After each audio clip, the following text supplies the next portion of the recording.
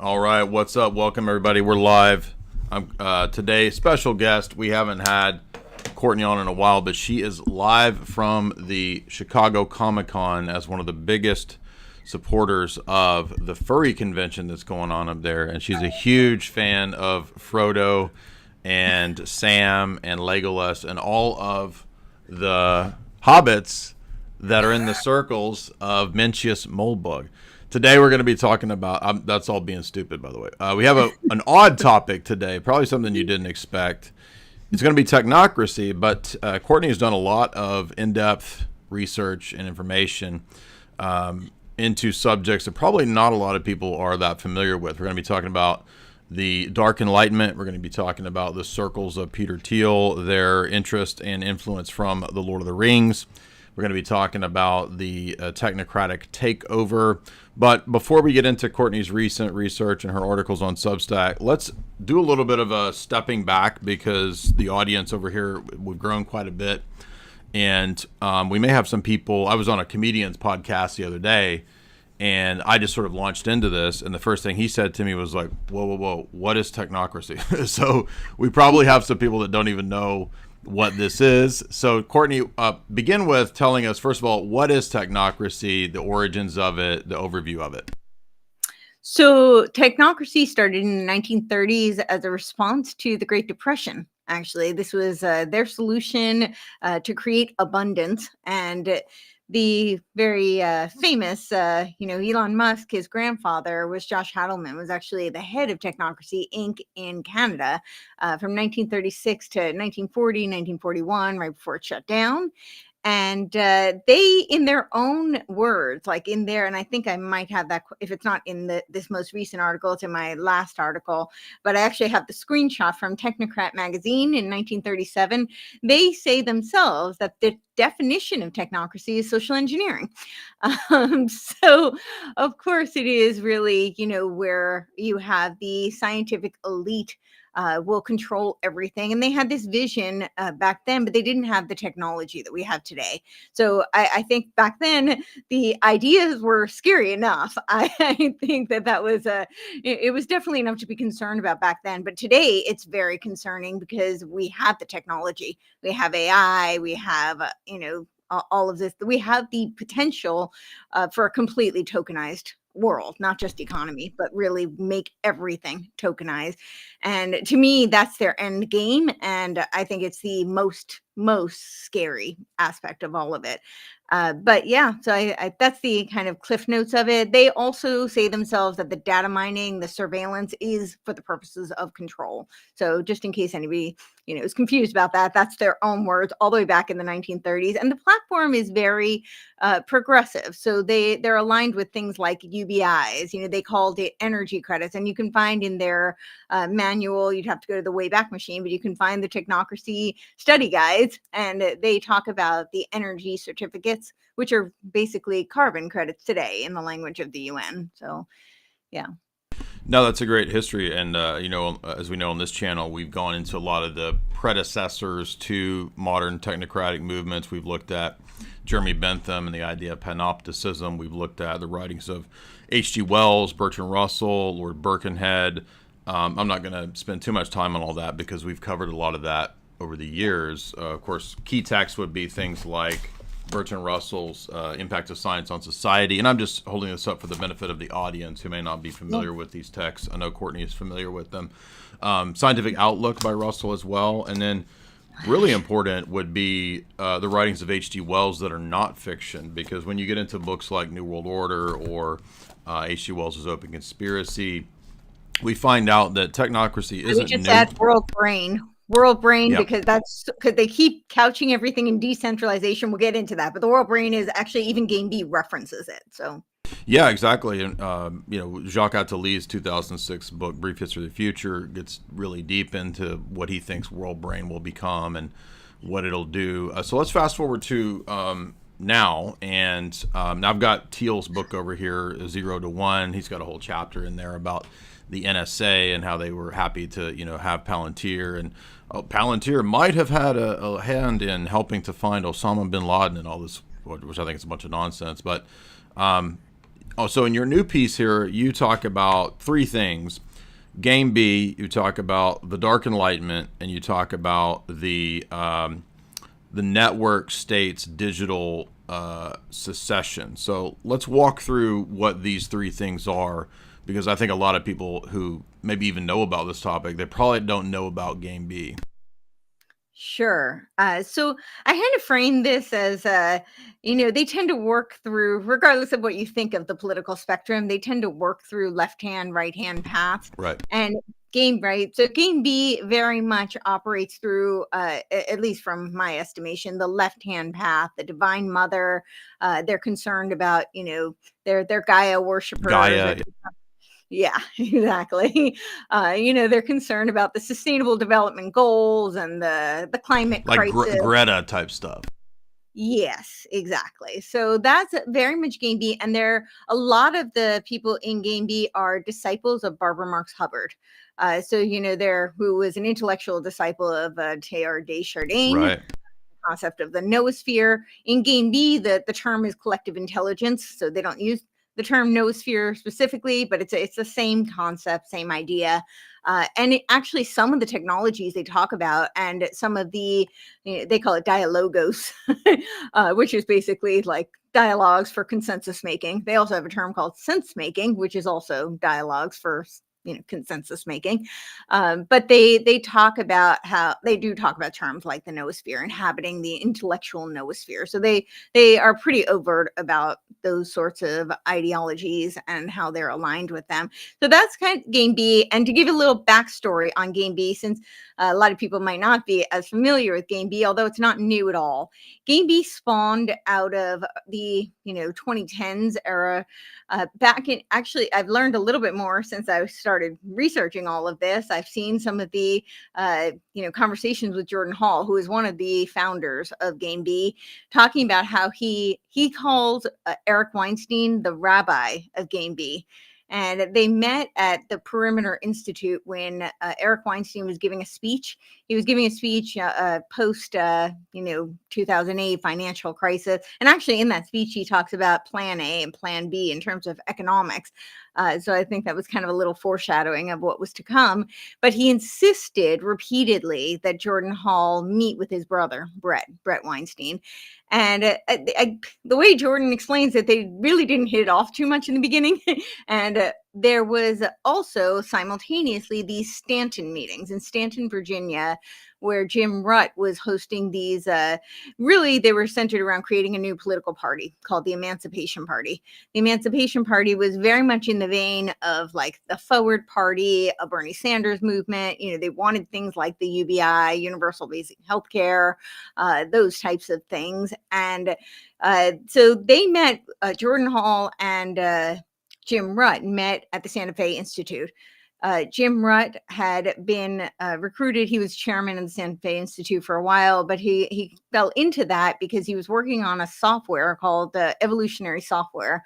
And that's part of how Brett Weinstein got brought in, because he's an evolutionary biologist. So, and Jordan Hall was there. And so they started doing this political movement. The way Jim Rutt explains it is he says that he could get the boomers on board. They were all in, they loved it. He said that Gen X, he could persuade them, but he said the millennials loved the platform, but they were such anarchists that the notion of a political party was an anathema to them.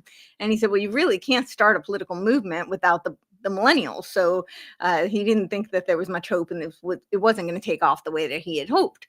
And Thor Mueller, who was part of these Stanton meetings, had said, keep the name Game B for branding. And so they did. And they kind of split, because the way Jim Rutt explains it is that he's, a hard scientist.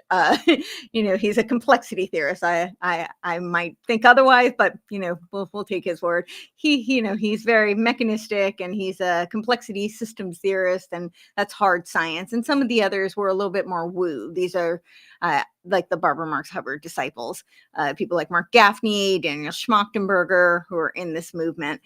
And they've reconvened, though, in like the 2013, 2014. They, decided to move forward with trying to create Game B, which they call a new operating system for civilization. And so they proceeded, and I had this theory that the intellectual dark web was an influence operation for Game B.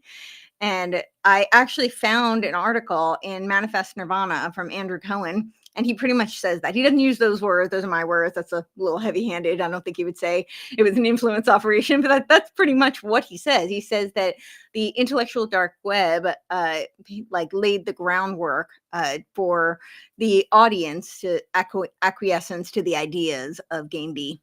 So it kind of seeded that ground. So that is a Game B, and we can go into more of the details on it. But then through the right-hand path, and a lot more people are familiar with it because so many of them are influencing and surrounding the Trump administration currently, we have the Dark Enlightenment. And I thought it was so funny because it was a couple of weeks ago, CNN did this little short clip about Curtis Yarvin. He said, there's this blogger. He's been blogging for over a decade. I'm like, almost two, but who's counting? Apparently not them. But he said, but it's very concerning because he has a lot of influence on the Trump administration, which is true. And the Dark Enlightenment operates, when I say right-hand path, more of the patriarchal, kind of autocratic, very like a kind of muscular type of energy. And they are very influential in the current Trump administration, which is supposedly right-hand path, right? He was under the Republican banner. And they really want to create, what they call, Curtis Yarvin calls it the Sovcorps Nick Land, who is kind of advanced this concept of the Dark Enlightenment, also known as the neo-reactionary movement.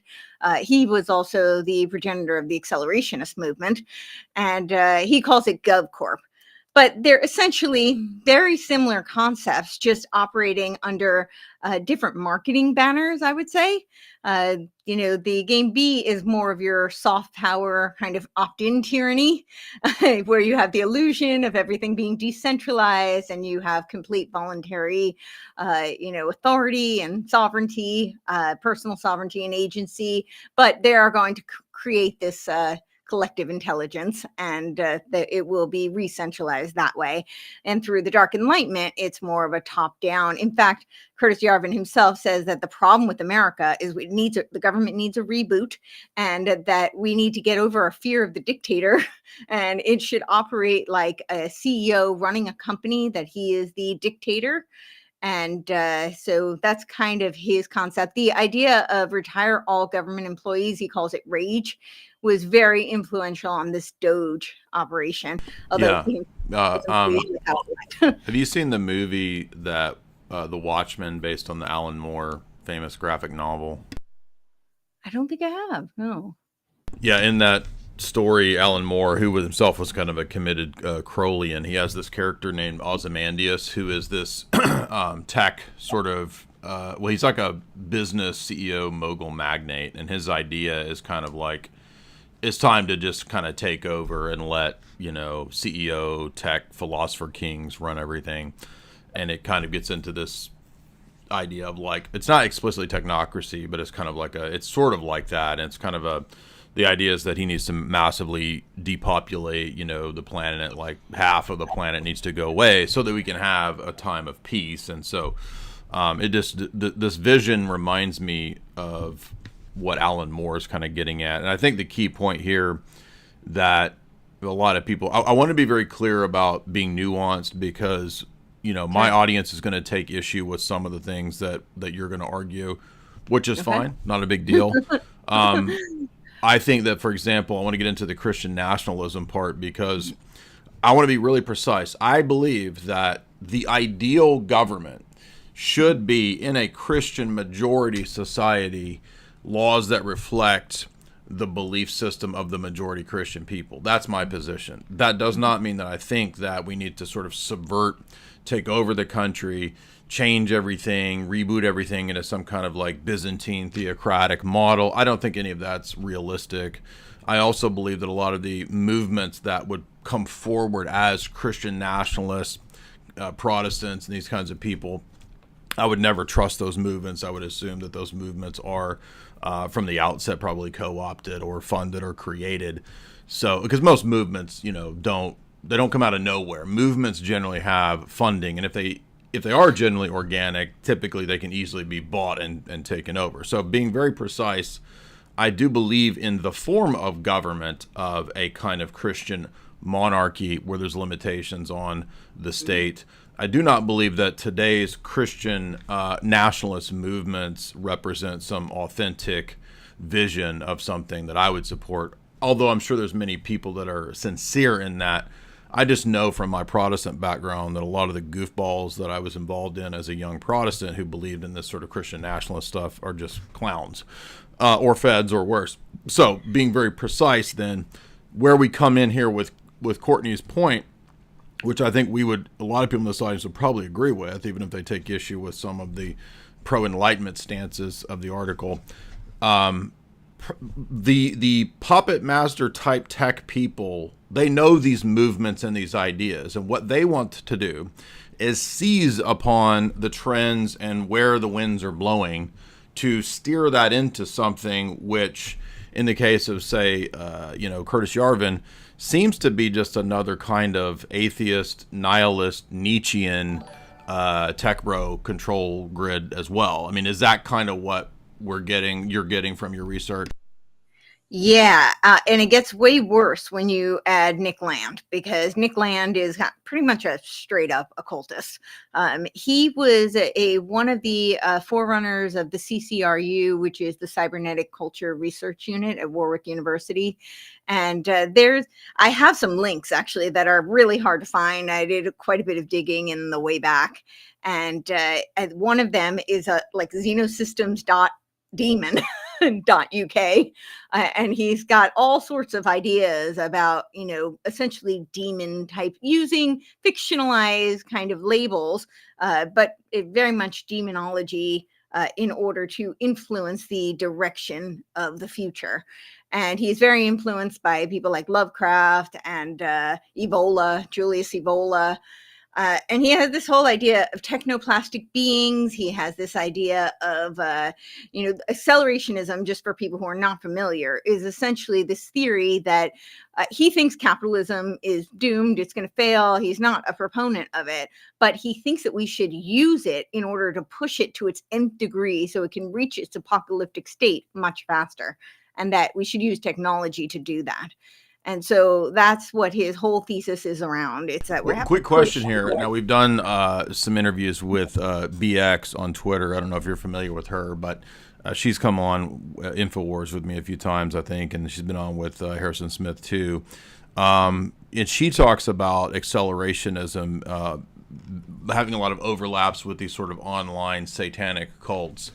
Do you think that's also kind of going on here as well? Is there a sort of I get the impression from, I don't know Nick Land's philosophy that well. I did hear him on a couple podcasts of some friends of ours, and I think they were just talking about Nietzsche. They weren't really going into accelerationism, but it seems like the idea is pretty wicked. Like, let's collapse everything quicker so that we can have the new thing come in. But the thing about that is, like, what they want to bring in is probably going to be worse than the worst parts of what we have now.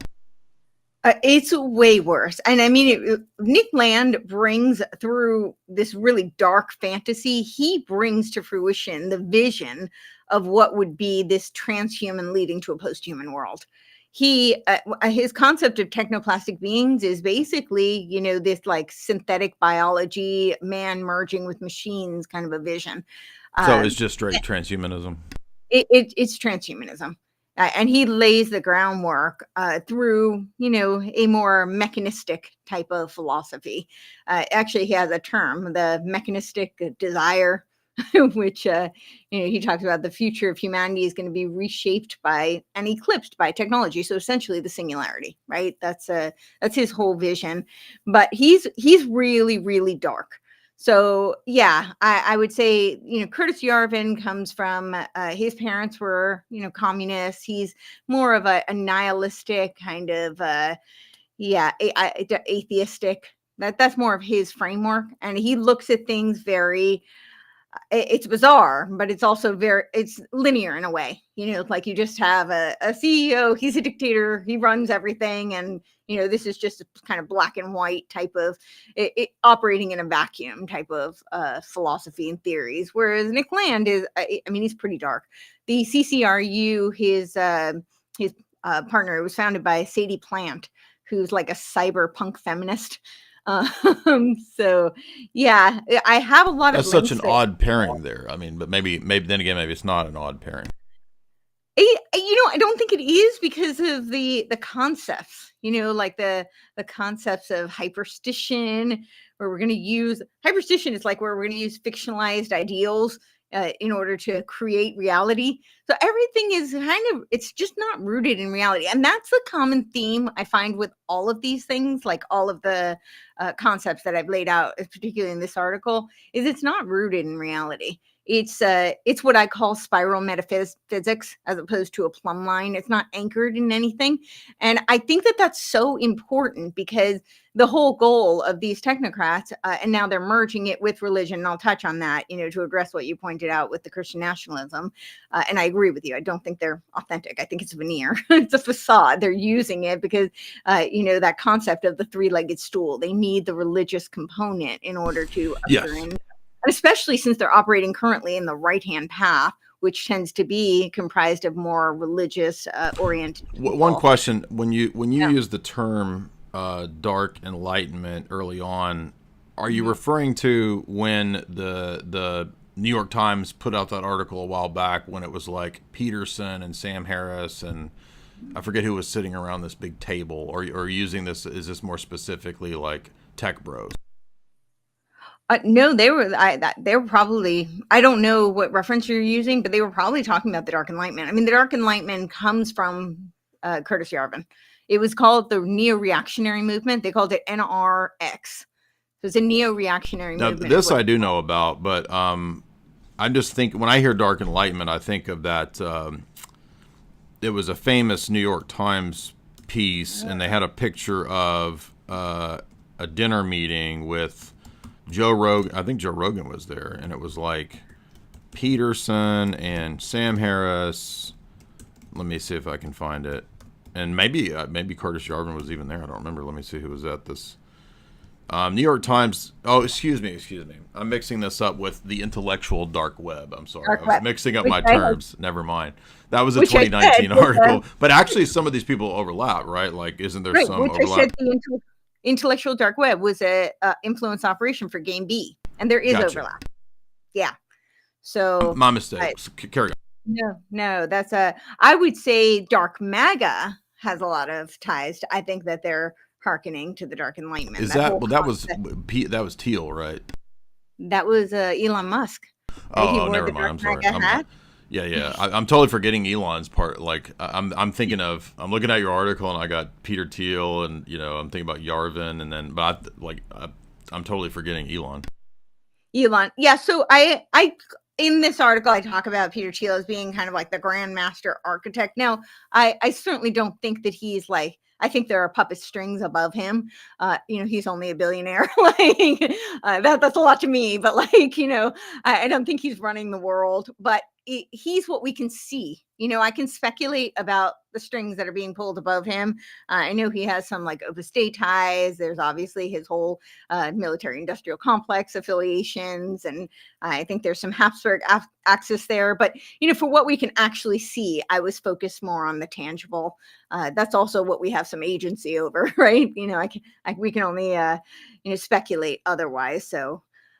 But yeah, so I talk about him as and he's also the overlapping between the two groups. So when I was saying that they're not rooted in reality, there's not, it's not a plumb line where they're anchored to anything real. I think it's so important because what essentially they want to do, in my opinion, is they want a technological immanentization of the eschaton.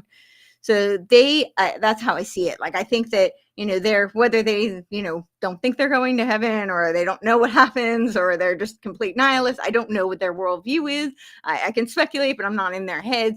But I think that they want to create heaven on earth. And so they have to make a simulacra.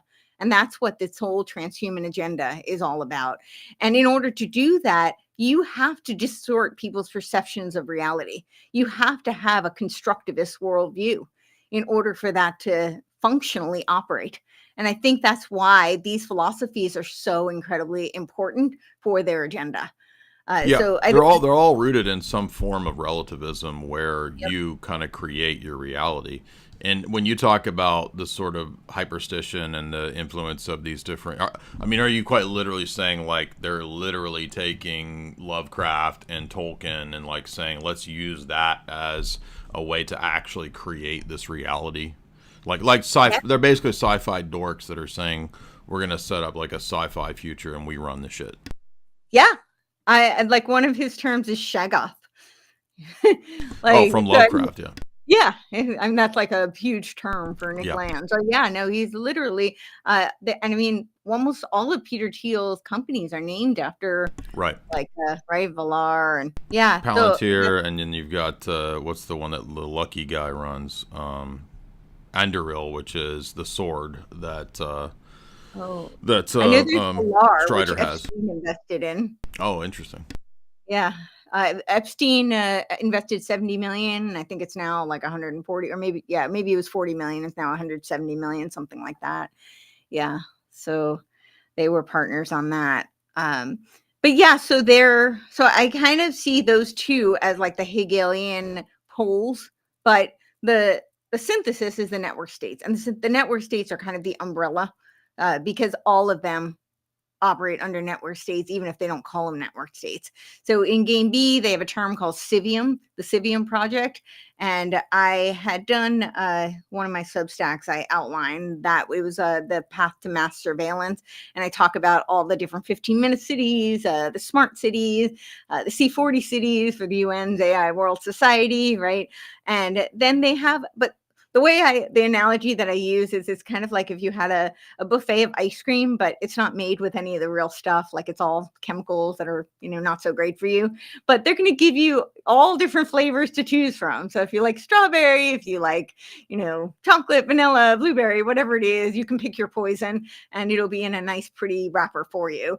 And that's kind of what they do. So a lot of people are not on board with the 15-minute cities. So don't worry, the Trump supporters can get the freedom cities. Well, And this who reminds doesn't me of I'm sure crypto ties into this too because want- I remember there was a while there where Vitalik from Ethereum was pushing the idea of freedom cities. I think that was his term too. I don't know if he's referring to the same thing that Trump was talking about, but it was freedom cities where you're going to have essentially the whole city, a smart city built on and around Ethereum. I mean, I don't know that will ever actually come to fruition, but did you encounter anything like that where crypto ties into it? Yes, hugely. So it ties in across the board. With Peter Thiel, he's got his Prospera, right? This is the Bitcoin cities in Roatan, Honduras. And there's a really interesting documentary. I forgot the exact name of it, but it's something like the illegal billionaires. Oh, City. I watched a documentary on this. It's like a little bitty tiny place that doesn't even have hardly anybody living there yet.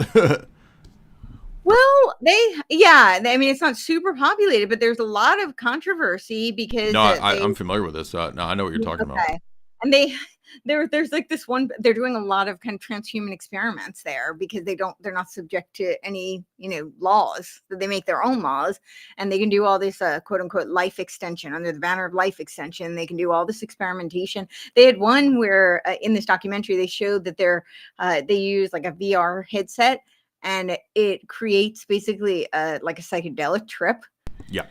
through these headsets. So and the subsidiary of Prospera, it was called this is another thing, they always rebrand, they're always changing their names. Their personal names, the names of their companies. We saw this with Neurohacker is now Qualia Life. That's a game B affiliated kind of operation under the guise of like basically life extension and wellness. But then we've got Prospera's subsidiary was Vitalia. And if you go to the way back, you can still find it. And it says, come to, a city where you can make death optional. And now it's called Yeah. Infinita. And these are all, it's Bitcoin cities. There's Bitcoin Nation. The whole concept of all of these network states is that everything will be run based on whatever your flavor of cryptocurrency would be. Yeah, right. I noticed too, like when you go to Prospera now, there's links to, like here's a guy's discussion where he says, I went to Prospera to edit my DNA so that I could live for forever. It's like, come on, dude. That's so ridiculous. I mean, it's like they're going to, and we've been talking about this for a long time. I know you have too, like the idea of these smart cities, which were planned a long, long time ago. It's almost like they're going to have like, oh, this will be where the CEOs and the entrepreneurs come to live in their freedom city. But to me, I would never trust this. Not because I doubt Bitcoin. I'm a big believer in Bitcoin. But this is just some guy's idea of getting a bunch of influencers and entrepreneurs onto some transhumanist island. It's like, the plane, boss, the plane. Fantasy Island, but it's like Fantasy Island it's like Peter Thiel's Fantasy Island or something, which sounds like a horror movie. You know what I mean? Yeah, it sounds very dystopian to me. The other thing that people need to recognize is that they couch this all in very, I have issues philosophically with libertarianism, but I don't even think that they are authentically libertarian, even if a lot of these people, they're not really even holding to that. Even what libertarian claims to be, they're not. So, but they're using that banner. So they use the terms like decentralized and like, so when they're talking about these concepts, I think, they keep using terms that would appeal to more libertarian-minded people, and I think it's because they're trying to capture the people who weren't captured through either the left or the right. Right now, they're going to put the libertarian kind of banner over it. Well, this is how Silicon Valley was built up. Was the whole ethos was libertarian, but it was actually essentially a military-industrial complex thing. Exactly. With overlapping with things like Burning Man and the whole theosophical drug cult. Right.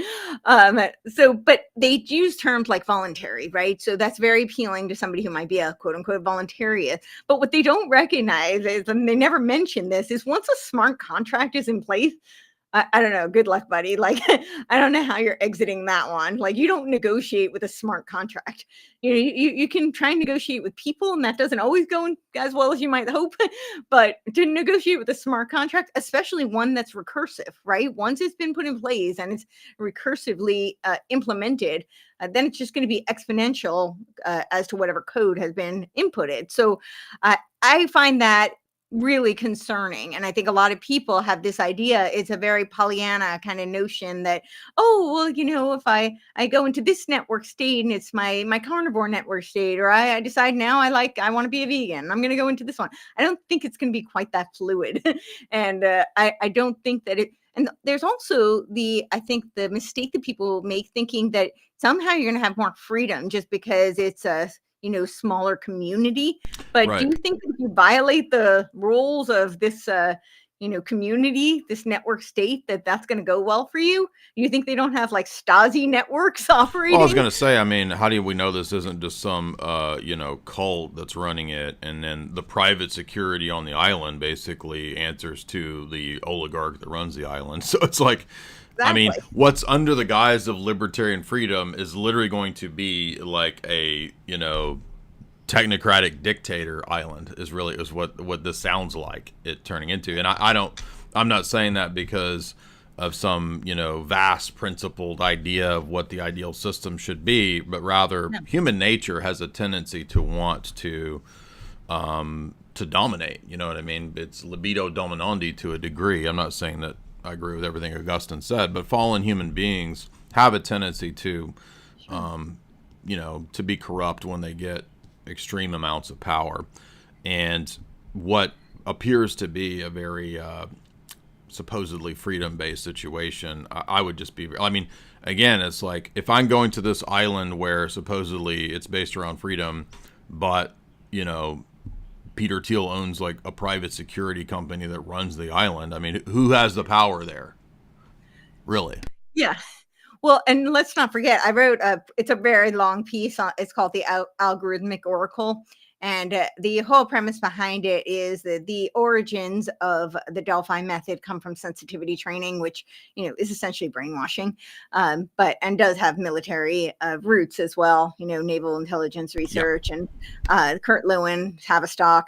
But then the Delphi method kind of codified this into a much more kind of systematic, mechanistic type of operation through RAND Corp. And now what we have is essentially the Delphi method and sensitivity training on steroids through algorithms, the cybernetic feedback loops of the algorithm. So they're data mining you. So if you have like a Peter Thiel, Palantir type of panopticon network state, they're constantly watching you and they're surveilling, collecting all this data. And you think they can't use that data to then program you and to control you? I mean, that's how the cybernetics operates. So, I would not trust that. I think that that's exactly what they want, is people siloed in these kinds of, and there's also, they always talk about the decentralization. And I warn people that, the world brain, right? He talks about how the decentralization of the academic institution, the information institutions, the media, that would be the conduit to create the world brain. What would we say the information institutions today would be? I would say the internet, technology, right? And so that's what we're seeing. We can also use Bruce Lipton, the evolutionary leader, Bruce Lipton, who is a kind of ancillary to this Game B movement, Barbara Marx Hubbard and those types. But he talks about, he uses this spiral to paint his picture, of course, totally Hegelian dialectic spiral. But he talks about how, we started out as amoeba, and but what makes the amoeba intelligent is that it has a membrane, and so that's where it collects its information. And then, we move up as we evolve, and that he says we go to multicellular organisms, and then humans, we're so intelligent because we're this complex multicellular organism. We have so much surface area of membrane, and that's why we're intelligent. And he said, but we're at a crossroads now where we have to choose if we want to co-create the superorganism of humanity. If we don't, we're going to go extinct. But we can co-create this superorganism of humanity. And what does he say the membrane for that organism is going to be? Of course, it's the internet. And I would just and with this, that Balaji Srinivasan in his network state, he keeps talking about decentralization, but then he actually has a whole chapter on recentralizing towards the center. So the whole purpose of the decentralization is to recentralize. Anybody who understands how technology works, if you want it to be interoperable, and if you are going to have any control locus, obviously this whole decentralization theory is kind of a surface illusion. So. Yeah, I mean, we've been hearing this terminology out of the progressive, tech-oriented left for a long time, and it's not. I don't think it's accidental that cryptocurrency picked this up. I'm not saying that there's not legitimate uses of the term, or that networks can't be genuinely decentralized, but when you get like people like Greta and people like this talking about this, using this kind of terminology, obviously it's a buzzword for a mega corporate agenda. You mentioned too, and which is interesting, Thiel and Sovereign House and all that. And I don't know, did you see my debate with Dasha? Oh no, I haven't. I have to check that out. I mean, it was more of a sort of tongue-in-cheek. It was kind of a silly debate. I mean, it wasn't really a debate, but yeah, Dasha, I think she wanted to. No, she was talking smack on Twitter and said that she would debate anybody, and I was like, all right, let's do it. So we had a religious debate. But what is the?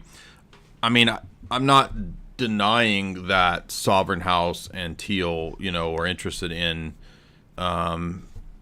touching on elements of the culture that are formerly left, new right, like.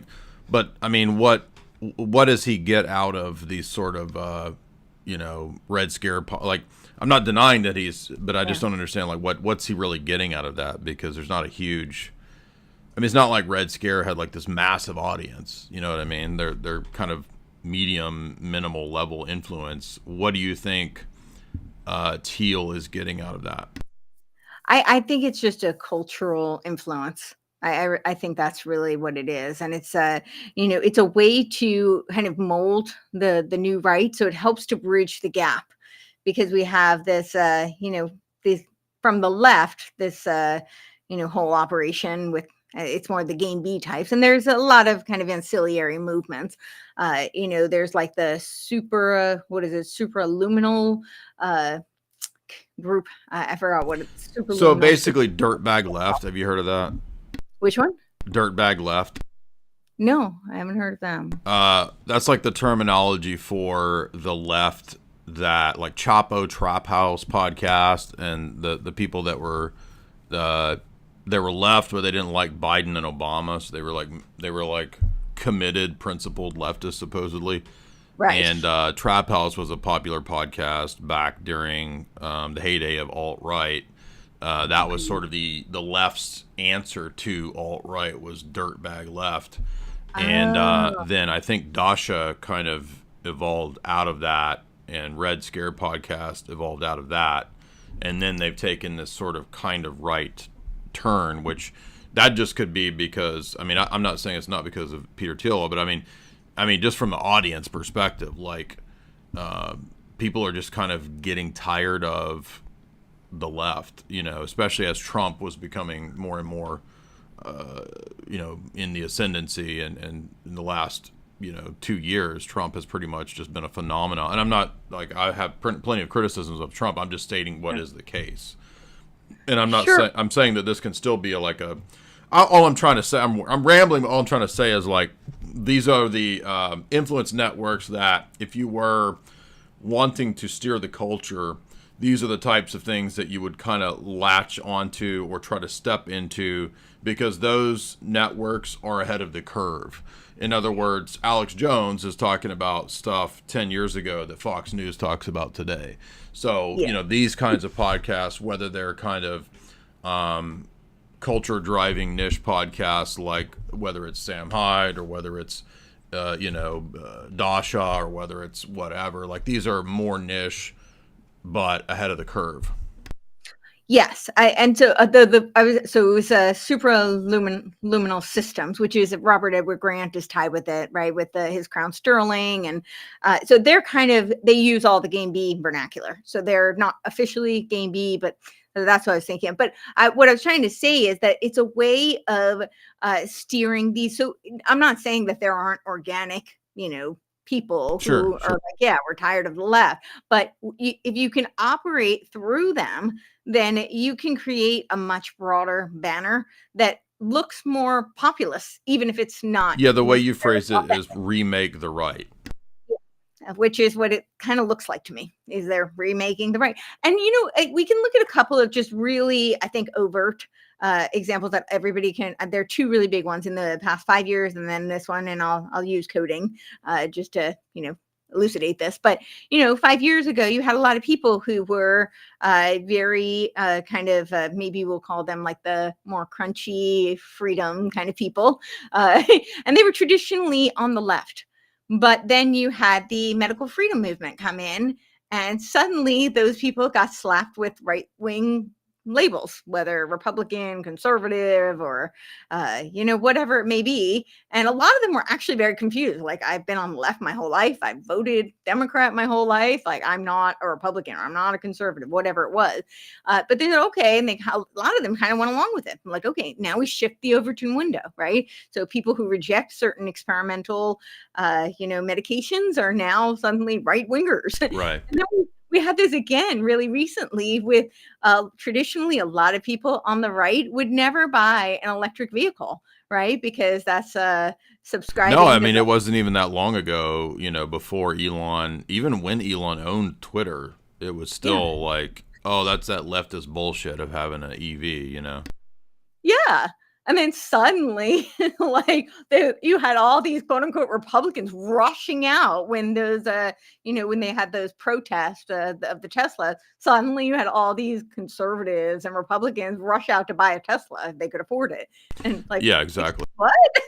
But it shifts the Overton window, right? That's part of I think that's part of the purpose of it. So, yeah. And now when I see this, go ahead. Culture.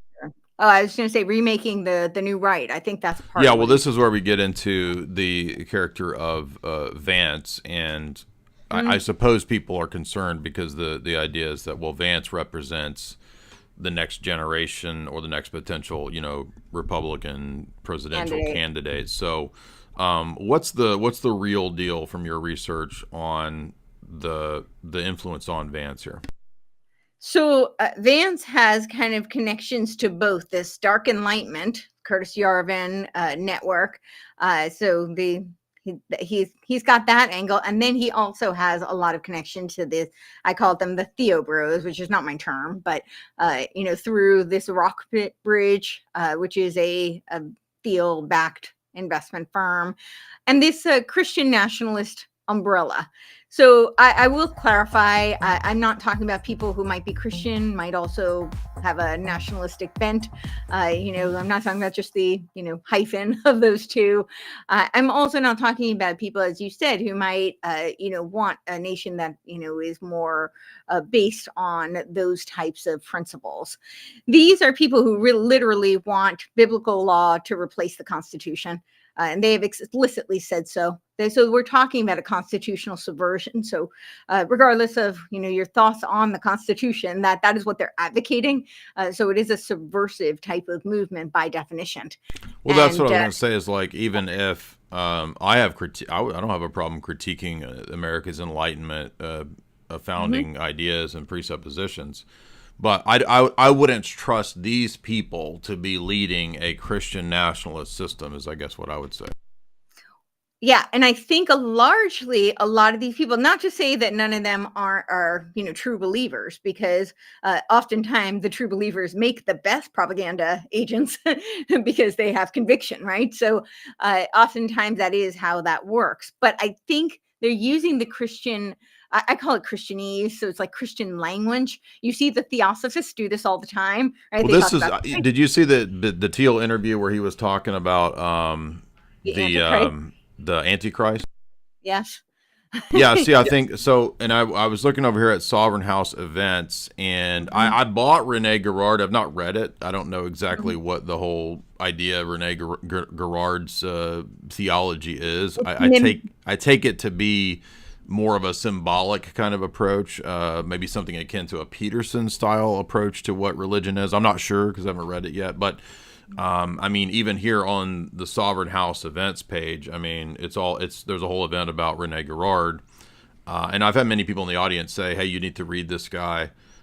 So that seems to be like when Peter Thiel's using the terminology of Christianity and immortality and all that, it's almost like the impression I got from that interview that Jamie and I covered was, yeah, there's this idea in Christianity, which is mythical and fictional, of a resurrection and all this kind of stuff. We're going to do that with tech. That's what it really means. Yes. I don't see his beliefs as being commensurate with Christianity of any type, regardless of what sect of Christianity. I don't really see him being commensurate at all. I think he's taking just the notion of Christianity and he's kind of projecting it exactly. onto. Yeah. And Girard was one of his professors, a mentor of his. And the big concept he takes from him is like mimetic theory. So this idea of mimicking others, but it's very tied to envy. And that kind of drives a lot of Thiel's philosophy.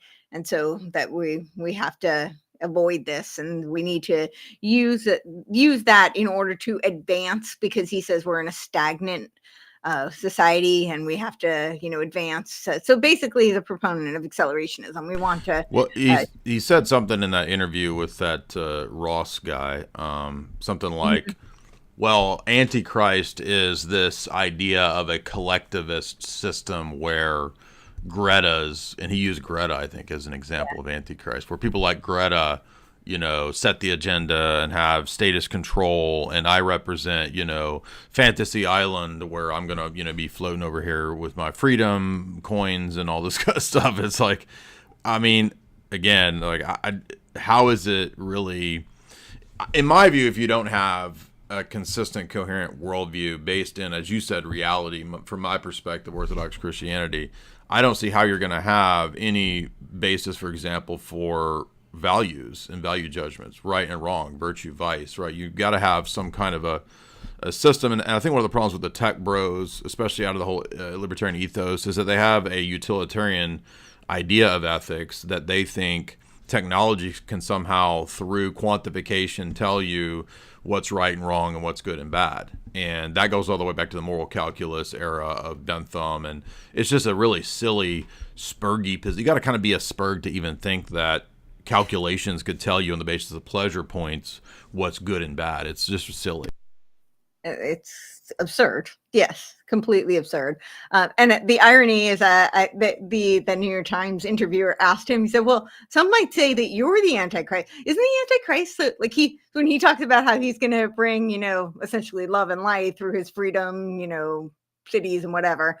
He didn't use those words. That's essentially what the picture that he's painting. But isn't that like the Antichrist supposed to bring peace, right? So it's almost like he's, there's a time. I mean, in the classical idea of Antichrist, there's a period where you do have a false global peace based around whatever type of system he brings into fruition, and then eventually that collapses and you have a giant war. But yeah, there is a false peace.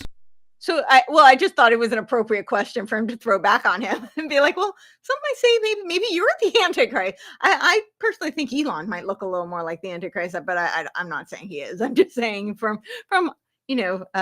optics. But so I don't think it is at all commensurate. And I think all of them have elements of where they're really just using Christianity as a way to entice people. And you now have this with Game B. So Game B was very historically, aligned with more spiritual, theosophical principles. They were not a lot of them like attribute their roots to Spinoza. It's very Neoplatonic in their philosophical underpinnings. But now we have Jordan Hall, who a year ago converted to Christianity. I always want to give the benefit of the doubt. It's not my place to judge somebody else's, belief system. But I was a little bit skeptical, and that just because I see this a lot, where they use Christianity in order to create credibility, right, to lure people into the movement. Yes. And so he did this speech at Prospera. So 4 years ago, there was at Prospera, it was the Startup Societies Foundation, and he did a speech there on Game B startup societies, network states. And then he did another one recently, and it was I feel like a 45-minute speech. And he talks about, at the end of it, he's talking about network states and using essentially Game B concept for network states. But at the end of it, he talks about liturgy. And I now I understand the concept in Christianity of liturgy, but he was kind of using this concept to justify communitarianism, which is they're not the same. And I think it's very deceptive, because if you're not really paying attention, you hear the words and they sound like, oh, this is a Christian talking about, bringing community under God. It's just like the term going around a while back, Christ consciousness. I mean, that's such a vague, weird term that could mean, like the mind that Jesus himself actually had as a human being, or does it mean like this new agey concept of everybody acting in love and light? And that's, I mean, it's so vague, it could be all kinds of things, but it is a very new agey buzzword for sure. And you write, this is from Balaji, we think seasteading can be revived in long term because it can be a part of a network state paradigm. You just need to grow a startup society capable of crowdfunding a cruise ship. Your society wouldn't start with something so expensive. It'd start by something more modest, territory around the world, connecting it into a network archipelago. But you have a startup city with tens of thousands of members. Something as crazy as a crowdfunded cruise ship becomes a possibility. What's funny about this is that, I mean, I remember like 15 years ago when Ron Paul was really popular, and there were people on the left, not that I'm supporting the people on the left, but they were criticizing these libertarian Silicon Valley oligarchs, because even back then in like 2007, 8, 9, you had libertarian oligarch guys talking about creating their own floating cities so that they could be outside of the bounds of any laws of any nation state.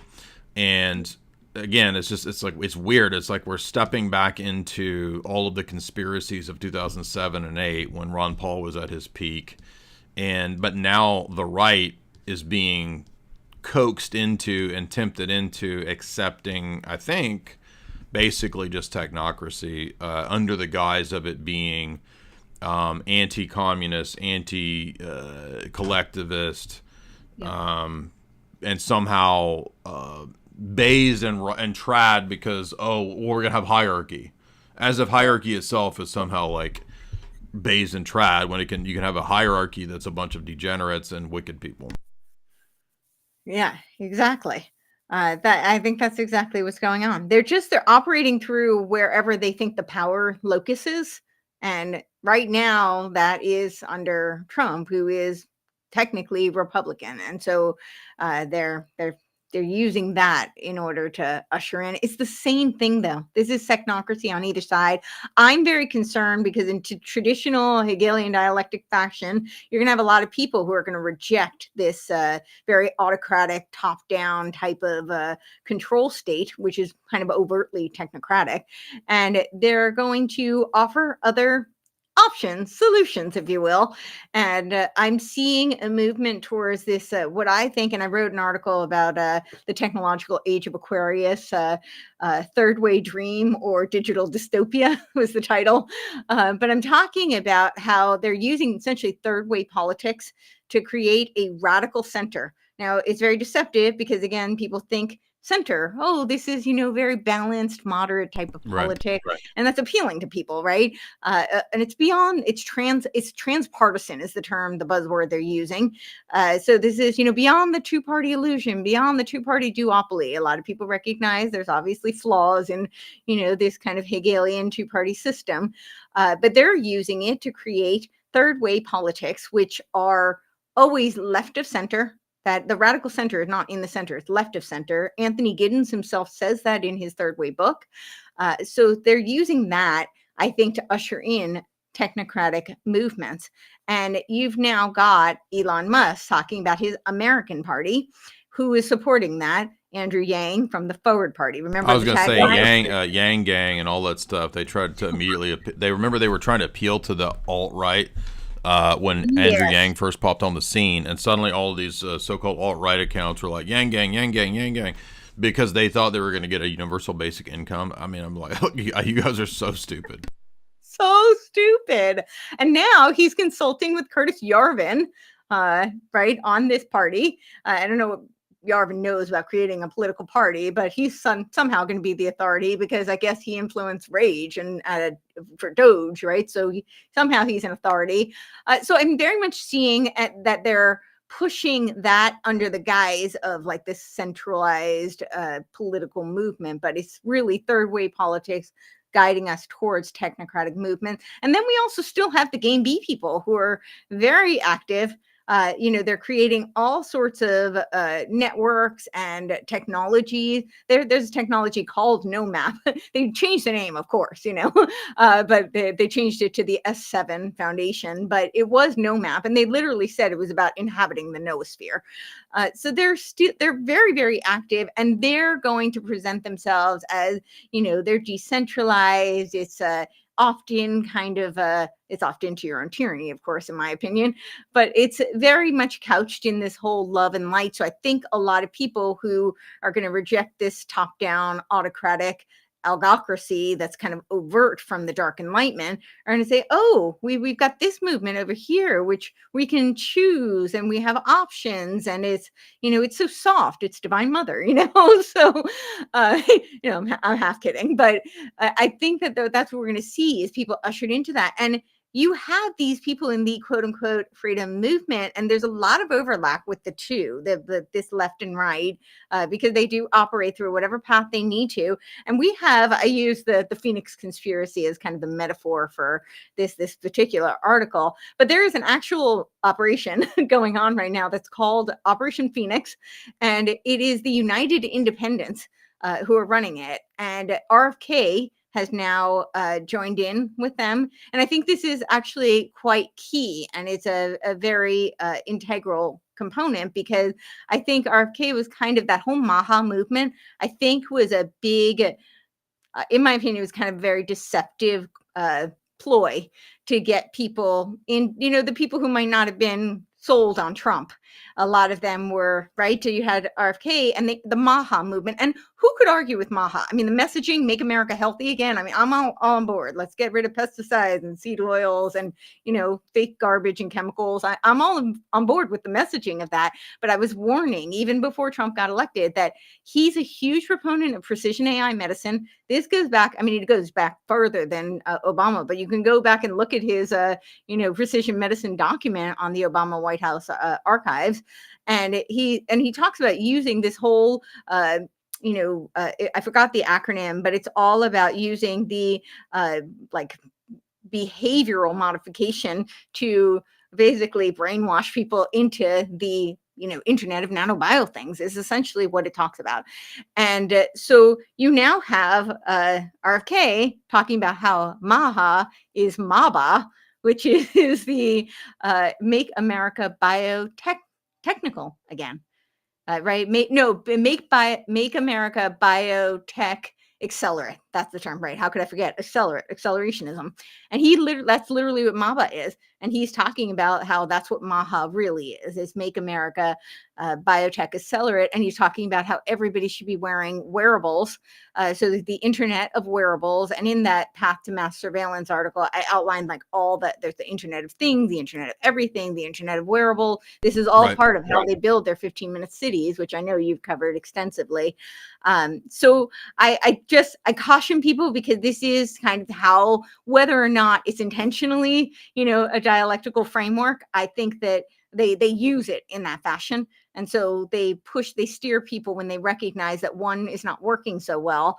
They're going to prop up the other in order to get their agenda to march towards the omega point, to use, the Kurzweilian. Yeah, well, that Jaron Lanier guy in his 2018 book that Jamie read, he said that Silicon Valley is for lack of a better term, a cult that believes that they will kind of give to the world a deus ex machina that will become a kind of god, and that it'll probably be worshipped and treated like a deity.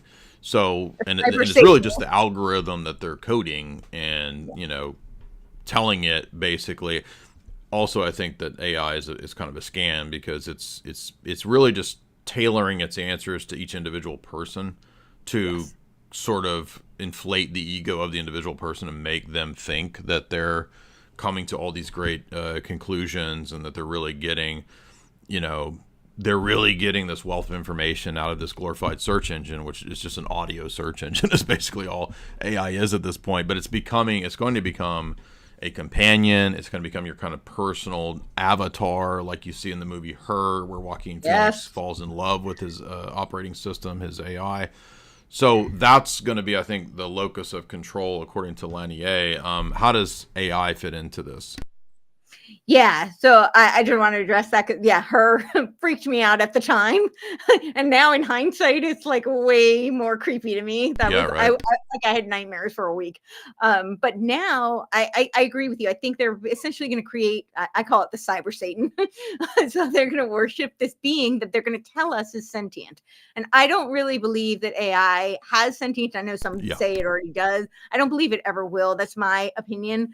But I think that they can convince people, and that will have very similar ramifications. And I think those ramifications will be incredibly dystopian. So it doesn't actually have to achieve sentience to achieve the result that they're looking for, if they can convince enough people that it's sentient. So I do agree with you. Yeah. Do you think, this is another thought I had too, when a long time ago we were kind of speculating on, we did a boiler room maybe 10 years ago, and we were talking about the possibility of future cities, city-states, smart cities, kind of being crafted around ideas. So not so much, where you were born and your family and your heritage, but a future model where people migrate to places, assuming they're able to, based around even fantasy ideologies. For example, what if there's a smart city? So, and I'm saying this kind of on the basis of the Disney theme park model.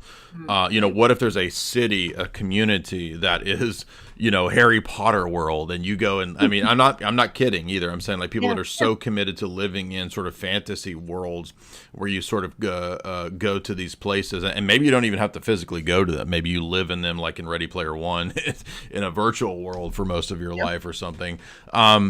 Does that, I mean, when I think about Prospera, or I think about freedom cities, or these things they want to construct, whether they become dystopian or whether they really do have maybe some kind of free movement, I don't know.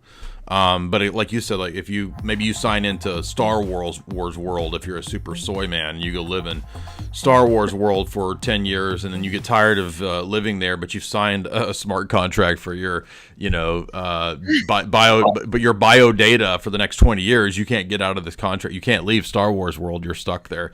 I mean, is this possible? You know what I mean? Is this what we're looking at, where everybody's basically a giant tech experiment that's being surveilled? And the reason I say that is that Jamie and I were I'll let you talk after this, but we were at Disneyland one time. This is the last time we went, maybe like 7 years ago. And we were talking about how it's just kind of a funny thought to think about if you were watching Disney World or Land from a drone or from up above, you would see a bunch of people wearing little mouse hats, you know, running around like a mouse maze, like you were being studied in sort of like some big mouse science experiment. So do you think that that's where we're going into this world where we don't have nation states the way we've thought about them in the past, but we have these sort of idea states or imaginal states that are maybe not even states, but mega cities where you sort of sign over your rights and your biology and your data to live in some sort of UBI smart city thing or something?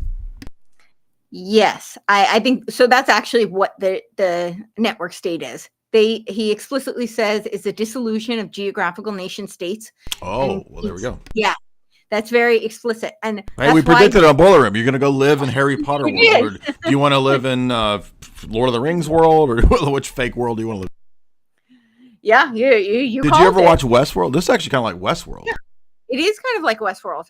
And I when you talk about the biometric data, I think it's going to be like Black Mirror.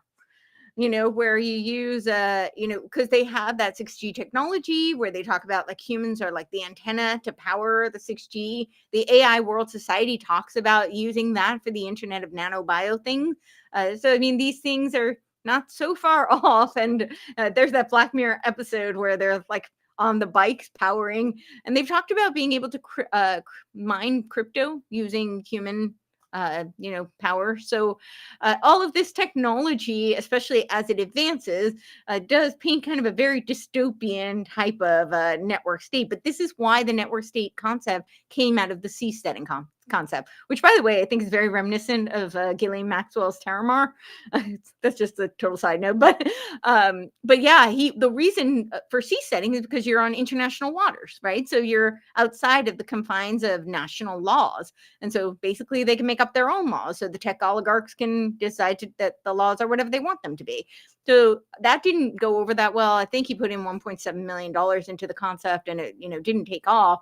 But Balaji has a whole chapter dedicated to it and says that it was the inspiration for creating these network states, and that network states are the dissolution of geographical nation states in favor of cyber ideological states.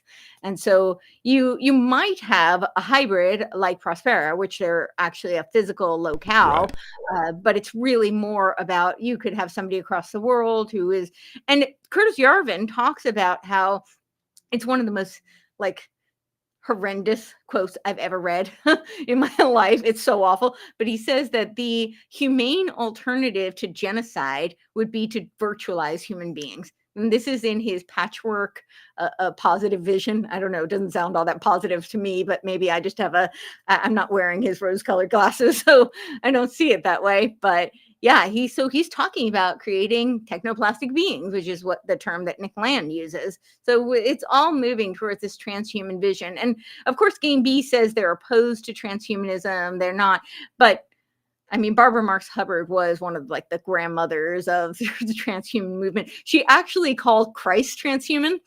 And she wrote this book like Escape from Armageddon. And in that, she calls Christ transhuman. And she's not talking about because he's, you know, are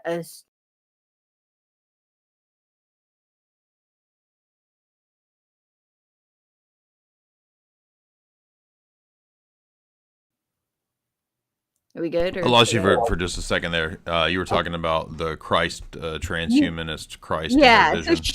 she's not talking about it in the sense of like, you know, being a divine being. She's talking about transhumanism. And she actually rewrote the New Testament. And there's this whole story that she tells about how she told her dear friend Buckminster Fuller, who is definitely a technocrat, Yeah.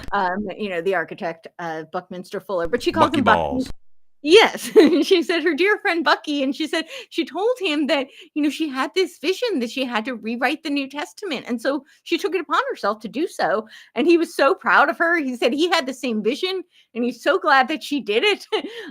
So, you know, these are the people that we're dealing with. But Yeah, you go on to talk about from anti-humanism to techno-feudalism, and a lot of people forget that in Tragedy and Hope, there's a very important middle chapter, as well as chapters discussing the move away from international law that was set up, you know, post-Enlightenment for nation states, and that we're moving into a globalization period where, and Quigley talked about this, the future would be neo-feudal. And in the middle of the book, there is an entire chapter about the future cities, which will be run by AI giant supercomputers. So even in the 1960s, Quigley as well was talking about the managerial state, the efficiency state, the technocratic state. This was planned a long time ago. And, you know, it's just really difficult to get people, whether they're right or left, to look at long-ranging, multi-decade, you know, even a century plus plans to bring about this kind of a, you know, essentially a brave, you know, Huxley and Brave New World scenario is what this I think is gonna result in.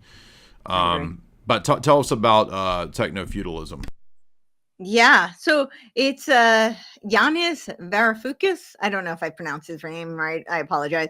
Now, And wait a minute. Varoufakis, didn't he come up back in the days of when they were doing the banker looting of the European nations? And wasn't Varoufakis first mentioned back then?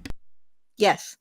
And he's the one who coined this term of techno-feudalism.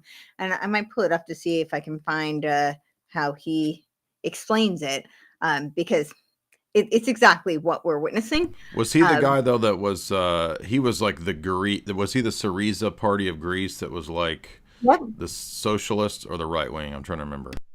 No, he's a socialist. That's Yeah, right. and Yeah. so So he's the Greek his socialist father, that was part of Syriza, right?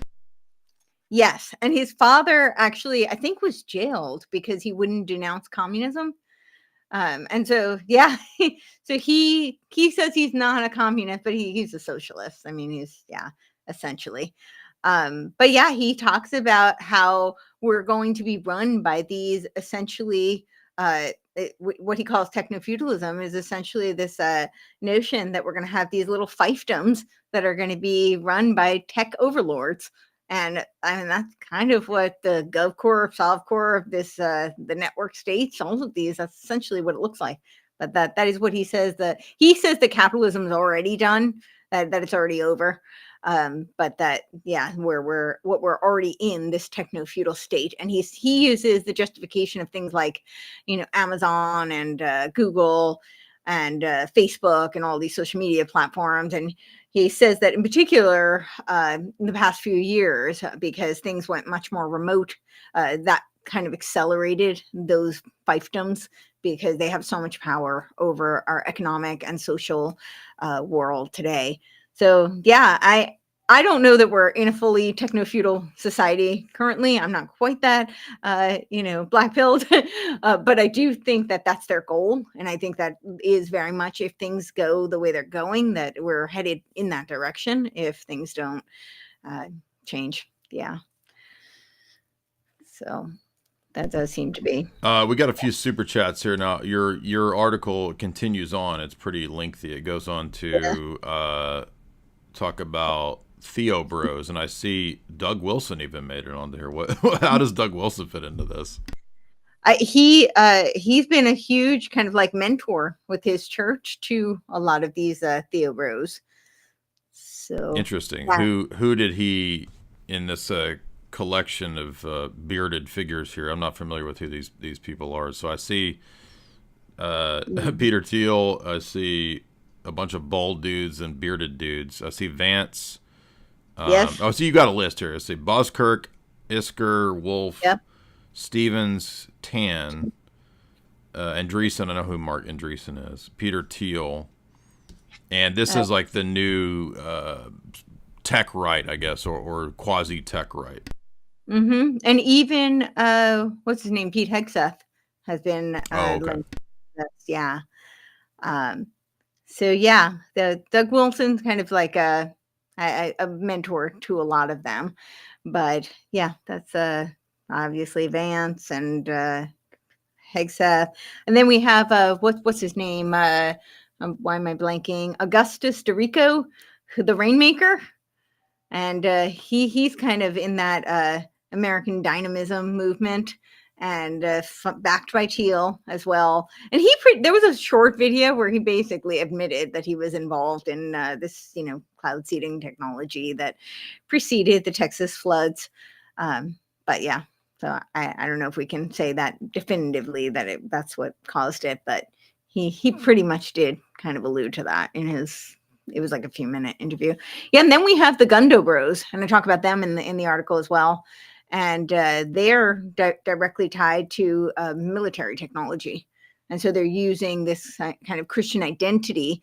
But again, it's the banner, and a lot of these Christian nationalists who are affiliated with Doug Wilson are talking about replacing the Constitution. They want a theocracy. They want to replace it with, they call it biblical law. No, I used to be involved in the Reconstructionist stuff when I was younger, and I mean, I read. I mean, I was reading people like Rushdoony and Van Til and Bonson, who were the prior generation before Doug Wilson. So in other words, all those guys influenced Doug Wilson's ideas on it. Sure. Yeah. So. Yeah. Well, so I see also here Vervaeke makes it into your article. Rutt, Jordan Hall, and others in the space, such as Vervaeke, have had many discussions envisioning a new governance systems. What do you think about Vervaeke? Why is he in here? Because I remember him. We haven't heard of him in a while because he was, in the Peterson sphere talking about silicon sages, and then he makes it into your article here. What do you think about Vervaeke? Well, Vervaeke is kind of Game B adjacent. He does a lot of dialogues with all of the Game B people, like certainly Jordan Hall. They're talking at that particular episode. They're talking about AI governance. And using AI to replace human governance. And of course, it's because AI is so rational. We don't have to deal with messy humans. And so, but I would like to remind people that this notion of AI governance, this is not a distant future kind of concept. In almost every state in the United States, they have digital governance summits. There is a portal on ChatGPT, which is chatgpt.gov, and you have to be a government official to use it. We have, of course, the AI World Society, which says this is the centennial vision for the UN, which is 2040, right there. They claim that we're going to have this AI World Society, and in there they say we'll supplant all human government with AI. This is a concept that now they're talking about Grok in the Pentagon, Grok governance. So this is there was the AI.gov. I was actually on Harrison's show recently talking about this. So this started back in 2019. It was under Trump, and then it went from whitehouse.gov/AI, and then Biden advanced a lot of the agendas around it. And it went back and forth, AI.gov, whitehouse.gov/AI. Now it supposedly was going to launch July 4th, but there was a leak. People like me opened our big mouths. And so I'm not the one who discovered it, but I talked about it. And so they didn't actually transition it, but AI.gov still redirects to whitehouse.gov. So, I mean, this is an agenda, clearly. and it's not in the distant future. This idea of having, and then when I talked about these third way, technocratic movement, whether it's game B or they have different variations of it, but it's already being utilized in many states. This notion of using blockchain voting, like ranked choice voting, Yeah. right? Eviction voting. Well, one of the hottest genres of crypto that's now so like in this cycle, the supposed hot topics were last cycle it was like gaming, metaverse coins. This cycle of crypto, it's RWAs and AI. RWAs are real world assets, which are all the cryptos that supposedly tokenized that can tokenize everything in the world, and that's exactly what you're talking about. Yes. And the joke I like to make is that they talk about how great it is because it can be fractionalized, and I point out that you would love to think that you could have shared assets among loved ones and family members, but there's a reason that estate lawyers exist. This doesn't always work out so well. So I don't know how people think this is going to work out in your network state with strangers, but somehow it's all going to be all Well, right. people that are Bitcoin maxis also laugh at this because the whole point of a currency is to tokenize anything in the world that you want to sell. So that's the point of whether it's gold, whether it's dollars, or whether it's Bitcoin. Like that's the purpose of it, is to, if you want to attach a price to the chair or to your car, that's what the currency does. And so really you don't even need this tokenization of everything in the world. So I would say that a lot of these are probably, not that there's not a real danger, but a lot of these are probably just pump and dump schemes to get people, oh, this is the next big crypto trend of the future, to tokenize all real world assets. And it's going to immediately dump when the bull market ends. Well, I have a slightly darker vision of it, honestly. No, I'm just talking about in the short term. I think in the long term, they will try to have a tokenization of all things in the world, for sure. And I think it'll be connected to your biology. Yeah, it'll be based on, like, are you using too much carbon and this kind of stuff. Yeah, exactly. So yeah, I think that's the purpose of the tokenization, because the ultimate control grid is through a tokenized network that is connected to the Internet of Nanobio things. So yeah, that's what Klaus talked about that in the last section of his 2018 book, Fourth Industrial Revolution. He talked about Internet of Things, everything being linked in, and everything being tokenized for the purpose of control.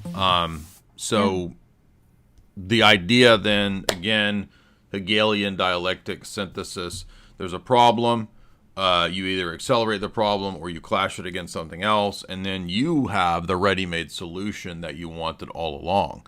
So that's the key point here, is that they want to blow up the old system, whether it's education, whether it's economics, whether it's the nation state, whether it's voting, all of it. Oh, look how bad it was. See how it was subject to human frailty and human emotions, and people, corrupt politicians. We can fix all that. The algorithms are going to run it all, and it's going to be a perfect system. Yeah, and I think they have to, I pointed out in my article that I think that this is a global plan, but I think they really want to, I use the reference of Phoenix, the Republic, in order to, and then the West, right? So that's why they keep using the illusion of democracy. The United States is not a democracy. So right off the bat, that tells you they want a revolution. But then, of course, the democracy concept is really important because they do want to target the West, and most of the West is democracy. And of course, they want to use the blueprint of some of these surveillance states that are already set up in the East.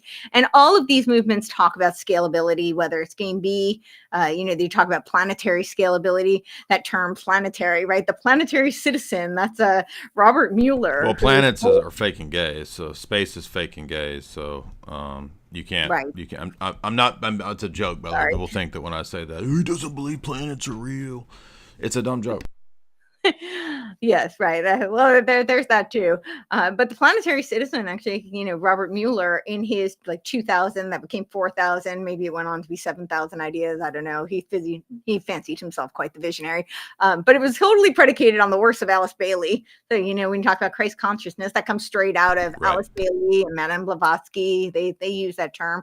But his whole World Core curriculum comes straight out of the Education in the New Age, Alice Bailey's work. But he talks about in that document, I did just a quick scan, and I already got to close to 100 times where he says planetary citizen. And I think it was very heavily influenced by Abraham Maslow, actually. Abraham Maslow. It also sounds like Gene Roddenberry and Star Trek. And somebody was talking the other day about some of the really, really wild stuff that Gene Roddenberry was influenced by. Anyway.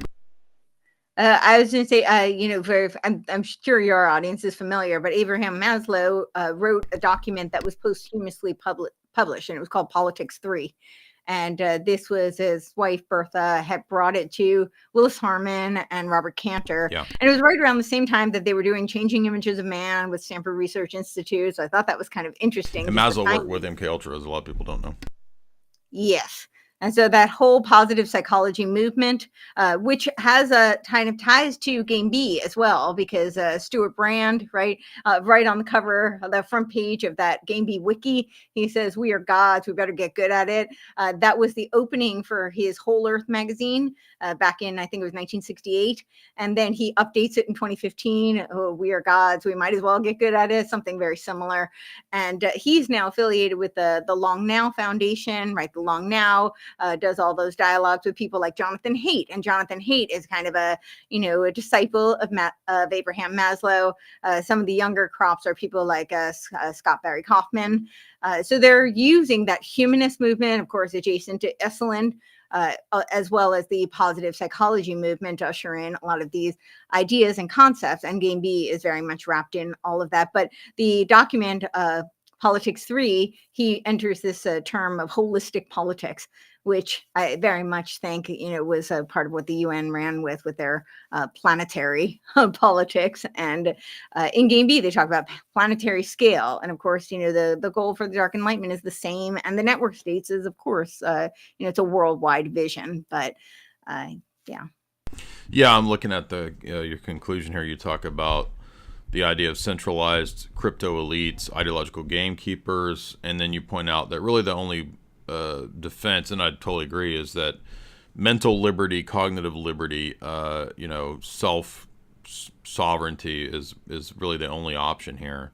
And that, I mean, just even the internet itself and spending so much, we Jamie and I have been talking about this week, just how much time we spend on the internet, even though, yeah, it's our job, it's how we make a living. But even that is like, I feel like it's just way too much. And there's a real danger, I think, that the internet itself is this potential future, octopus monstrosity that will basically, it's a web, spider's web. I know that's kind of a cornball analogy, but it's like, yeah.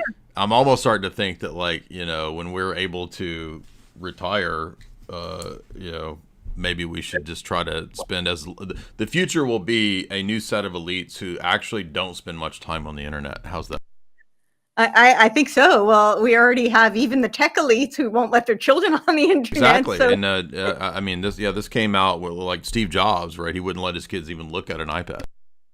Yeah, well, I know my husband dreams of the day when we are off the grid and not on the internet. That's very much his fantasy. So hopefully we can make that a reality at some point in the future. The other metaphor that I use is of the phoenix. And part of how I found out about Game B was because Brett Weinstein did this very interesting speech with the Rescue the Republic.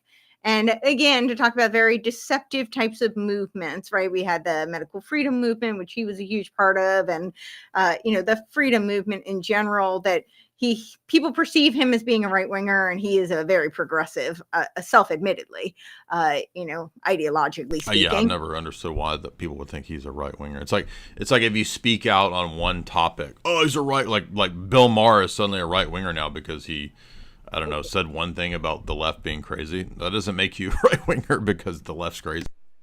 No, I think that was a huge part of, I know this isn't popular, but I said this pretty early on in my whole podcasting, that the whole woke, anti-woke was a dialectical operation intentionally. It's to trap people in that conversation, because a lot of the people who were anti-woke It's not that they were conservative or, in any fashion.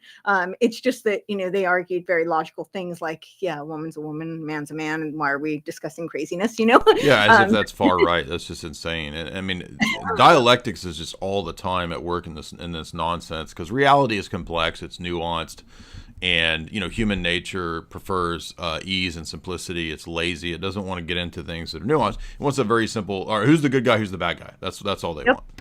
Exactly. And they want you to distill it for them.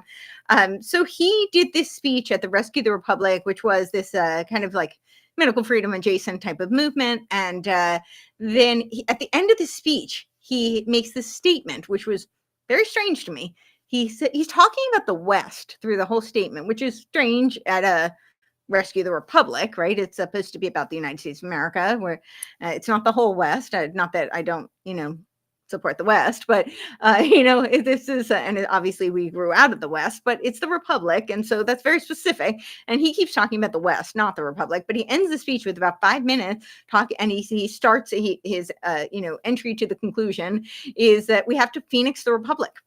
And I was like, whoa, what does he mean by this? That's a strange statement. And he goes on to say how we basically have to tear it down and, build it up because of the trajectory that we're on. And he uses a whole evolutionary biology analogy of how, when biology, we have this, genetic traits that are passed through, these species, but we don't have that now, so we need to just tear it down and basically tear it down so we can build back better. But I had looked up, it's a rumor, and I cannot find the video, so I can't corroborate this, but apparently a year earlier it would make sense. Again, this is hearsay, so I don't know if it's true, but I do know it is true that he was a keynote speaker at this United Independence, which, by the way, is Christopher Life, who is the founder of this United Independence movement, which encompasses people like Andrew Yang and the Forward Party and lots of other quote unquote independent movements, which are not really independent at all. But Christopher Life, is a game B advocate. And also worth noting, very tied in with Charles Eisenstein, Sacred Economics, which is where tokenized economics is going under the spiritual kind of concept of sacred economics. And Charles Eisenstein was also, the running RFK's campaign. And so that's worth noting. And in this United Independence 2023, supposedly the title of Brett Weinstein's keynote speech was, what was it? The Self-Governance and Phoenixing the Republic. Now, again, I can't corroborate that's the name of the speech, but in my article, I do have a picture of the Phoenix in this 2023. You have to go to the way back because it's kind of paywalled now, the site. But he talks about independence rising above the ashes, a failing system. And I saw this in the independent, it's what I call indie sphere. It's really not truly independent. For those who aren't familiar with my reference on this, it's that I come from a film background, and in the film industry, it's very different now because of the distribution models have completely changed. But, back in the day, you had kind of the big like Hollywood studios, and obviously these are your big blockbuster films and, huge multiple $100 million project. And then you had like truly independent. So this might be a student film. This might be somebody in their basement who scrambled together resources and some cash and made a project. And then you had what were called indie films. And these might be $1 to $20 million projects. I don't know about you, but if I want to make a film, I don't have even $1 million in my back pocket to do, a vanity project. I just don't.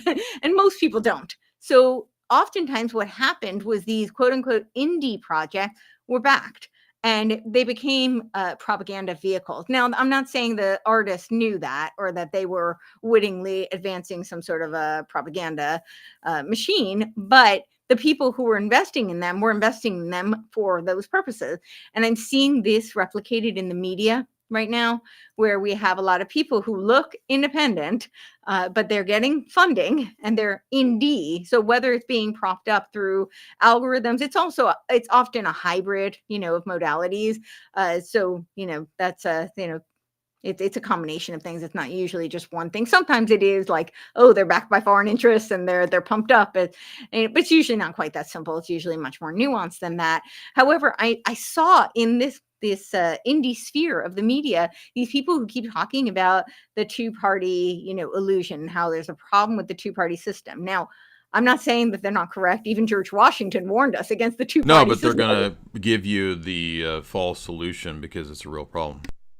Yes, exactly. And that's what I'm seeing with this. And so now to see that this United Independence is actually using the symbol of the Phoenix, they're saying, and they're actually calling it Operation Phoenix, and they're using the whole agenda is to flood Congress in 2026 with quote unquote independence. And these independents, again, are, people who support things like using blockchain voting and UBIs. And so it's technocratic, even though it seems more socialist, but it's scientific socialism, which is, yeah.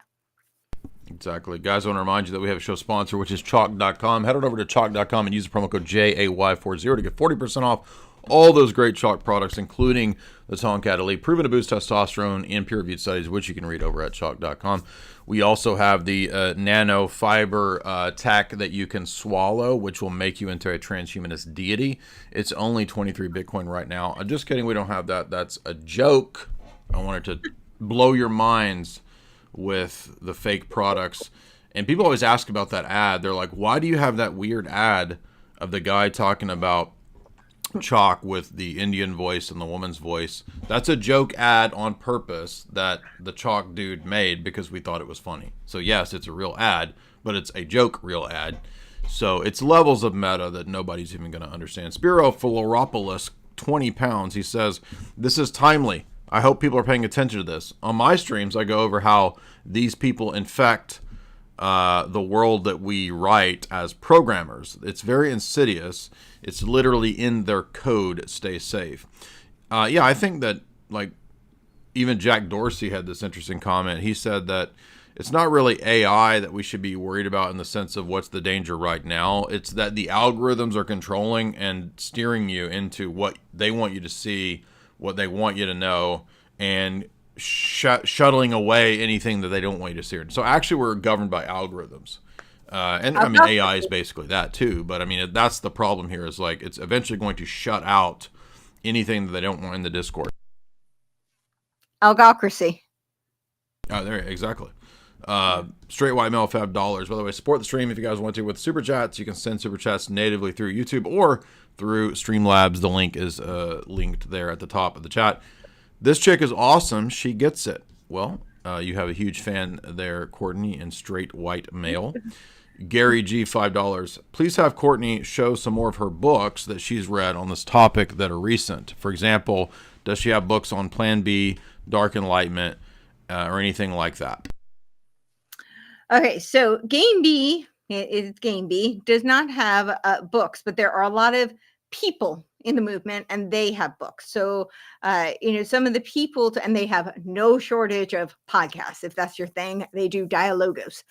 So I would probably start with, I did do a 3.5 hour presentation. So if long presentations are your thing, I did it for Rising Tide Foundation on Game B. And so that's a kind of an overview, and it'll be from my perspective, which is admittedly a critical perspective on Game B, but it's pretty extensive. Then in that presentation, I showed half of a film that you can go watch the full-length film, and I recommend if this is something you're curious about that you check it out. It's on the Stoa, which is a Game B kind of a forum. They do other things as well, but the Stoa on YouTube, and they have a film. I think it's 18 or 19 minutes, and it's called An Initiation to Game B, as if that doesn't say everything. It's an initiation to Game B. And so you can watch that film. That'll give you a really good kind of overview of what Game B is. There's Jim Rutt. So I would look at, he's got they love Medium. So they use Medium as their platform. He has a journey to Game B where he outlines it. I think he started it maybe 2018, but he's updated it since. And it's pretty extensive. It's very long. It's interesting in it. He predicts that the proto Game Bs are going to be in 2040. which I think is really interesting. I'm sorry, 2045, which I think is really interesting because, right, that's the AI world society. That is also the singularity, right? That's he says that's when the proto GABs are going to emerge. So I just think it was an interesting time marker. So there's you can look at a lot of his writing, mostly in that format, Medium. There is also Jordan Hall. He has Deep Code, and he's both on Medium and Substack. His Civium project will give you a really good understanding of Game B. There's also Daniel Schmachtenberger. Interestingly enough, a bunch of these people, the Game B people, are actually members of the Club of Rome. We've got Zach Stein. We've got Nora Basin. Nora Basin is the daughter of Gregory Basin, Margaret Mead. And so there's also the Office of the Future. This is the institute that was created under Barbara Marx Hubbard, and what do they call it? The Cosmoerotic Humanists. The three of them, the trio, make up David Temple, which was this pseudonym that they created in order not to have any kind of rivalry, right? So that it could be a collaborative hive mind project, essentially. And that's Zach Stein, Kenneth Wilber. Kenneth Wilber is another big one. His integral theory, integral platform. He's written several books as well. So you can read his work. And then, of course, Daniel Schmachtenberger was the other one. So there are many more Game B people, but those are some of the big ones who have done quite a bit of writing as well as dialoguing and podcasting. So you can look at their work. Curtis Yarvin has no shortage of written material. You can get his online unqualified reservations going all the way back to 2007. You can actually buy the book. I think I have links to it in my article, but it's all online for free as well if you prefer that. Some of it is on the Wayback Machine because I think things like when the humane alternative to genocide are not so popular ideas now. So some of this seem to be, taken off, but he has that. He also has this Gray Mirror Substack, which is more recent, and he has copious writings there, which will give you really a lot of insight into his work. Nick Land does have some books. He also has his Xenosystems blogs. That goes back at least a decade. And he has now Gothic Xeno is his updated version of that. And then Balaji Srinivasan has the Network State book. It's both available online and in Kindle form. And then all of the people are, who they're ideological and intellectual mentors, obviously. I could probably compile a whole list, but that's probably a good start for people. I know that was long.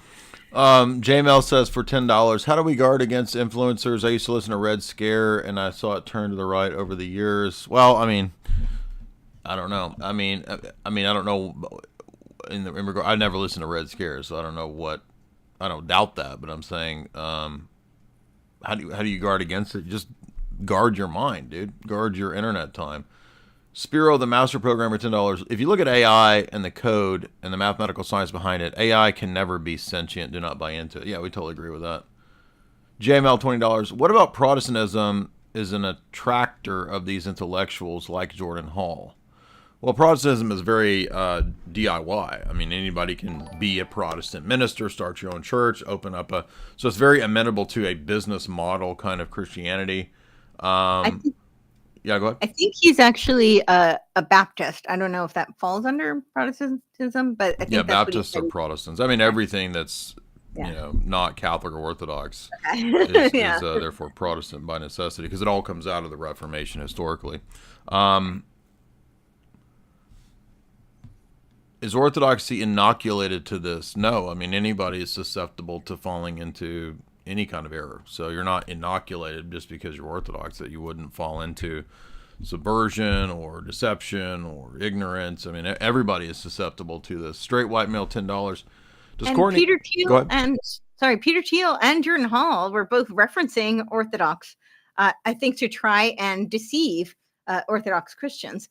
So yeah, I was curious. I don't know if he meant. Some people are actually wondering if he meant referring to like David Patrick Harry, because David Patrick Harry did finish his PhD and it was on tech and transhumanism and Christianity.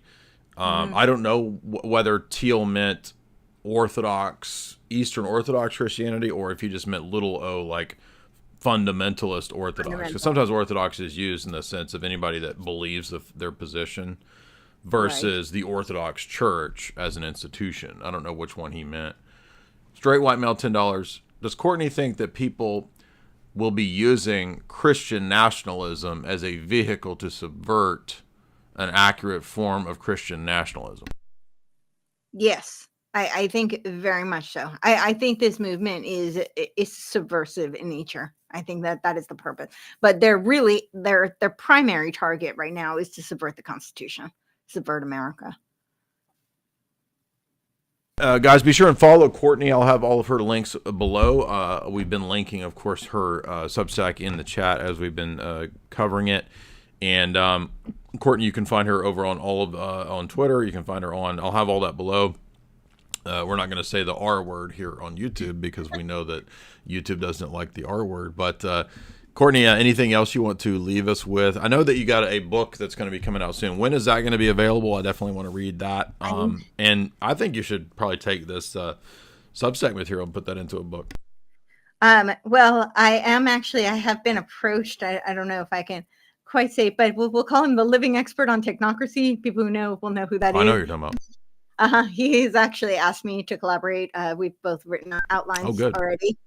So we're meeting tomorrow to move forward on that, on this particular piece. So that is in the works. And my book on Hegel's Dialectic and Gnostic Jacob's Ladder, I'm hoping to have that done by September.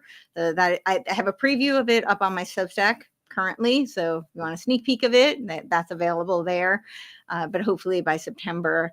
What else was I going to say? I do think that I just want to add one more thing on the Christian nationalism. And I'm not a theological expert, obviously, that I will defer to you on that. But I would say that I don't see the ideology and even the theology that they're presenting as being commensurate with Christianity. This is a very forceful movement. No, this is a scam. This is a trick. Yeah. Put much more bluntly than I would have. But yes, exactly. That's how I see it. And also, by the way, Courtney has done many interviews with our buddy Matthew Arrett. So shout out to Matthew. I saw that you just have a recent post up there, Darwin's Trojan Horse with Matthew. And Matthew does a lot of great work. So people can go check out Matthew and Courtney's stuff and Courtney's Substack. And I just did a presentation on this actually yesterday or the day before on this article and we're having another roundtable this weekend. So cool. The one other thing I will add is people, if they haven't, I won't give it away. But if you haven't seen the movie, what is it? Megan. Oh, we Jamie and I thought it was pretty funny. It was a horror movie. It was kind of tongue in cheek, silly, but yeah, we watched it. Okay, and I thought it was funny in like a Buffy the Vampire Slayer kind of way, like very much that kind of humor. Exactly. Yeah, but a lot of these themes, and it ends with actually like a Game B term. I won't give it away for people who want to watch it, but it's literally Game B. Are you talking about the one that came out a couple of years ago or the newer Megan? No, I'm talking about the new one. Okay, yeah, we haven't seen that one yet. Okay, yeah. So they literally end it with like Game B terminology. Oh, wow. Now I'm going to say too also, and movies are always very important to the propaganda because that's what reaches a lot of the masses, at least for... Maybe now video games are going to take over movies. I don't know. But at least we still kind of have movies as an important cultural programming phenomena. Guys, I will be speaking at the Ludlow Orthodox Conference up there in D.C., Stafford, Virginia. You can get the tickets in the show description. I linked it in the chat as well. You can also support me by getting the book, which I don't think it'll be ready in July because I'm having to do some revisions. So it might be September for Esoteric Hollywood 3. The book's done. I just had to rewrite some paragraphs and some sections that were Chris was right. They were not very well written. They needed to be redone. So we got most of that ironed out. I just have one last thing to do, and then he'll make those corrections, and hopefully we can get the book out as soon as possible. You can, of course, get all the other books. We are still behind on book orders, so you don't have to message me. I know that you guys want your books. I'm going to get them to you as quick as possible. I promise you the book is done. It will be. I mean, for the most part, it's done. I have to rewrite some sections, but I think you guys are going to like Esther Claywood 3. It's a little bit different, but some of the same. It's enough of the same that you'll like it. So get your copies of that, and get the tickets to the Ludwell Orthodox Conference. Courtney, do you have any engagements or events you're doing anytime soon? No, I wanted to add one more thing very quickly on the other theme that I noticed through all of this. So we talked about the kind of like relativism and constructivism. The other kind of underlining theme I see in all of this is self-apotheosis. So it is very much aligned with, this is what my book is going to be about, the Gnostic Jacob's Ladder. And it really is like, that's the technological immanentization of the eschaton is all about making, that you're your own God. So yes, absolutely. I see that kind of throughout everything. So yeah, no, I just working on getting these out, and we're get back to the show, and follow me at CourtneyTurner.com. Awesome. And you're on Twitter too, right? Like, are you more active on any platform over any other platform? Like, what is there? You have like a home base where everybody can really. I'm pretty active on Twitter at Courtney Turner. My name, I just spelled like C0urt3nay. So it is Courtney, but C0urt3nay Turner. I'm pretty active on there. I am on Instagram as well, and I'm pretty active there, but I don't post as much of the, this type of work just because they don't love me as much. I don't know that any of them love me, but so I post more of like my fitness content there, more health, wellness kind of stuff. I do post some of this type of material, but I'm definitely active on there as well. And Substack, I'm very active on there with all of my articles and stuff. So awesome. All right. Well, thank you, Courtney. Great interview. And everybody be sure and follow her and check out her materials. Thank you.